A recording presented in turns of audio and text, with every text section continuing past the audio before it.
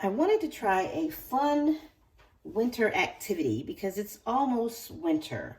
And I remembered that I know how to make crystal snowflakes. It's very easy and you only need a few things. Some of these things you probably have at home.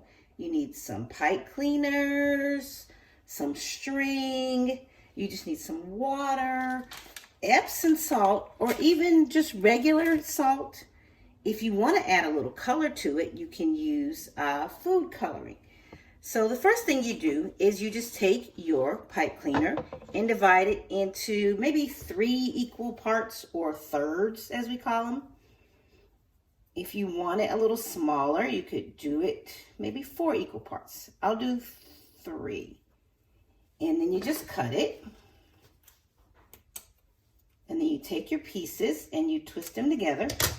Once you have all 3 pieces, sort of twist them right in the middle. Give them a good twist or two, and then spread it out. Now, if you want to trim some so that they're even, you can. Then you just take the string, tie it around the middle, and this is just so it can hang.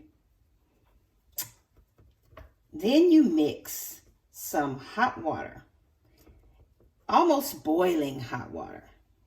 Now, if you remember, we talked about solids and liquids and gases. When water starts to boil and evaporate, that's the gas point. That happens around 100 degrees Celsius, I believe. And we measure that, just so you know, with a thermometer when we're talking about measuring things. So there it is. Doesn't have to be perfect. Okay, you'll need some sort of stick or pencil. I just use an old chopstick. Wrap it around so that it hangs and maybe doesn't touch the bottom. If it touches the bottom, what happens is the crystals that form will make it get stuck to the very bottom of your bowl. So you don't really want that. Now,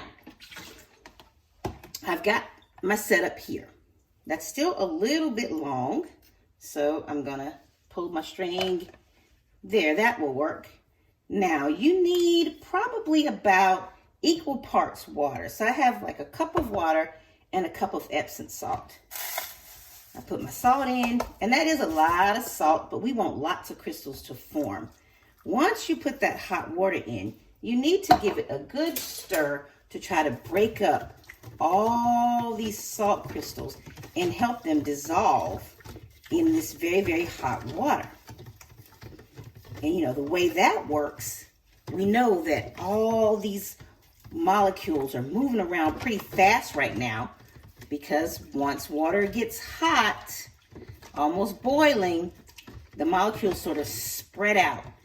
And there's way more movement than, let's say, if it were cold water or even solid, like frozen water. The particles are tight at that point. But right now, they're moving around. That's what we want. Okay, you get it all stirred up so you feel like it's saturated, or it's just like really, really, really, really salty water, but it's all mixed up. Then all you do is you just hang it in there. Now, once you hang it in there, you make sure that it's all covered. If you need to let it down a little bit, you can. And you have to let it sit actually for a couple of days. You can see that that's actually down in the water. Now, I will show you one that I did a couple of days ago. Look at the crystals formed on this thing. Is that not cool? Now, what would be really cool is if you had white pipe cleaners. I don't have any right now because, I mean, snow and ice are usually show up sort of white. Or if you wanted to be creative, you could take a couple of drops of food coloring and maybe have some red water or some blue water or some pink water. So it's up to you what color you want your snowflake. This one I made out of 4 equal pieces. So that's why it ends up having 8 prongs, because I twisted them together.